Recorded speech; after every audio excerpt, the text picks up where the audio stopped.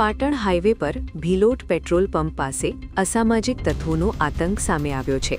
માત્ર વાહન ધીમું ચલાવવાનું કહેતા હુમલાખોરોએ એક યુવક પર લાકડીઓ અને લાઠીઓથી ક્રૂર હુમલો કર્યો હતો।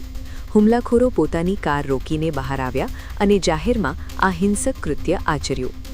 આ સમગ્ર ઘટના પેટ્રોલ પંપના સીસીટીવી કેમેરામાં કેદ થઈ ગઈ છે।